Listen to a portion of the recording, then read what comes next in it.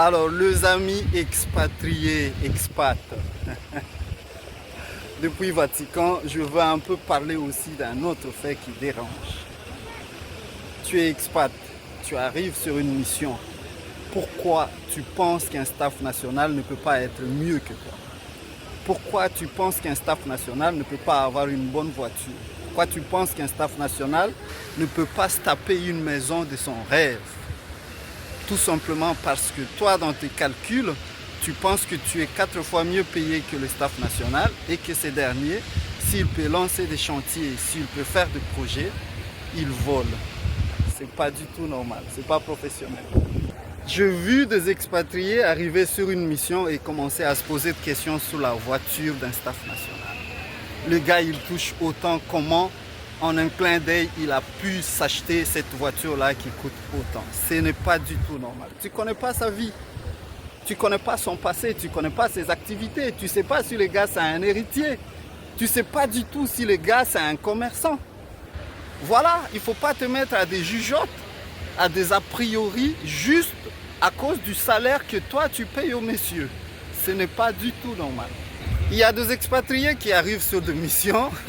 Je suis désolé, le gars, il n'a jamais eu la voiture quand il était chez lui. Il n'a jamais eu une belle maison. Il n'a pas eu l'opportunité de construire. Donc pour lui, c'est une aubaine. Maintenant, je suis expat, je vais m'acheter une voiture, je vais me construire une maison. Tant mieux, c'est bien parce que tu es bien payé. Mais pourquoi ne pas te limiter à tes projets à toi et commencer à faire des suppositions sur les nationaux que tu vois apparaître mieux que toi? Je vais ici vous partager une expérience. On arrive sur une mission, on recrute un gars.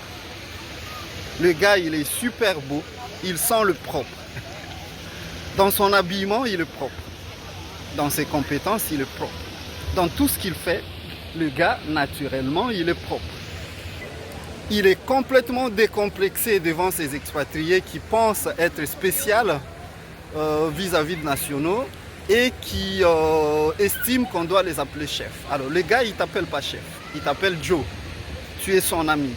Peu importe que tu sois expat, pour lui, tu ne représentes rien du tout parce que le gars, il est chez lui, il mène sa vie. Il vient au boulot avec une belle voiture, il s'habille toujours classe. Et ça commence à déranger ces expats-là, tous les expatriés villageois. Il commence à se poser des questions. Comment le gars, il fait? On lui paye autant. Comment il arrive à avoir cette vie-là?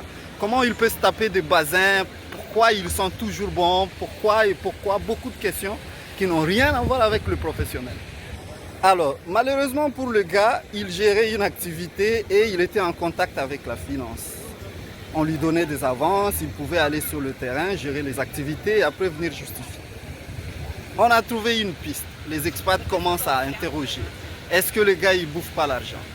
Est-ce qu'il est allé faire telle activité? Est-ce qu'il n'a pas grignoté tel argent?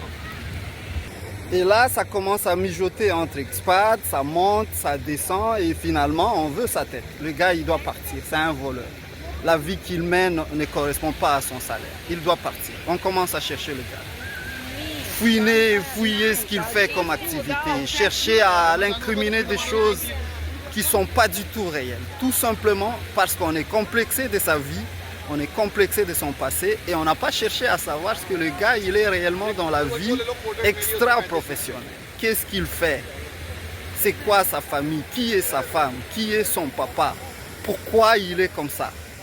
Je vais vous faire ici cadeau de ce qui s'est passé par la suite, mais je vous jure un jour je pourrai vous raconter ce qui s'est passé et qu'est-ce que ce monsieur est devenu vis-à-vis de ces expatriés-là, parce que le tournant de l'histoire a fait que ce monsieur s'est transformé à autre chose. Ceux qui connaissent l'histoire, ils vont bien comprendre. J'ai vu des expatriés aller mener des enquêtes dans le chantier des nations. Le gars, il construit. Comment il fait pour avoir de l'argent? Aller prendre des photos et partager avec le siège. Ces gars-là, on lui paye autant, mais regardez ce qu'il est en train de faire. Regardez son chantier. C'est pas normal. Il bouffe l'argent de bénéficiaires, mais tu n'as pas de preuves. C'est tout simplement malhonnête. Tout simplement malhonnête parce que tu es complexé de voir qu'un national évolue chez lui en plus. Et que toi, tu es expatrié. C'est depuis ton expatriation que tu commences à te tracer un peu la vie. Parce qu'avant d'aller en expatriation, tu ne pouvais pas imaginer qu'un national peut avoir ce que tu es en train de voir. Concentre-toi à ton boulot, bordel. Arrête de penser que tu es spécial que les nationaux. Les nationales, il est chez lui. Il vit sa vie. Toi, tu es venu en mercenaire. Après quelques moments, tu vas rentrer. Ne cherche pas à fouiner dans sa vie pour savoir ce qu'il fait, pour savoir ou avoir des idées sur son revenu. Ça n'a rien à voir avec le boulot.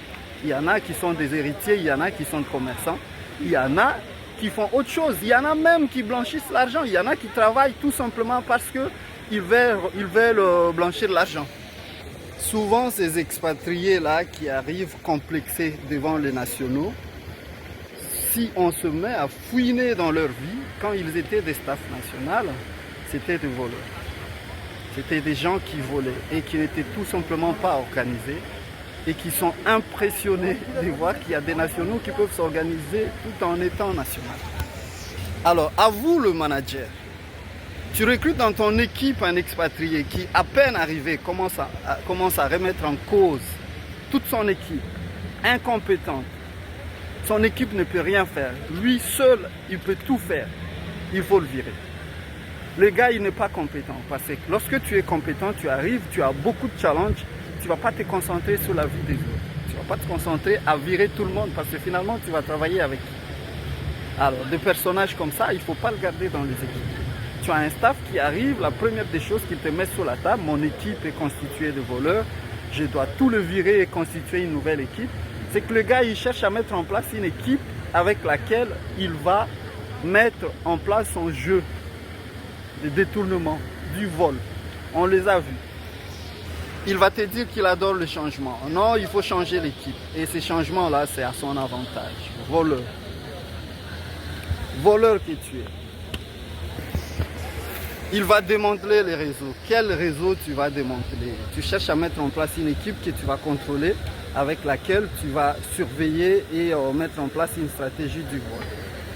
Des gens comme ça, il faut le virer avant que leur période d'essai ne se termine. Parce qu'ils ne sont pas bons pour l'équipe, ils sont pernicieux. Un bon manager, lorsqu'il arrive dans une équipe, peu importe la qualité de son équipe, peu importe l'état dans lequel il a trouvé son équipe, la première des choses, il va chercher à corriger les choses. Il va chercher à comprendre comment les choses marchent et essayer à renforcer l'équipe, l'esprit d'équipe afin de travailler avec les gens qu'il a pris.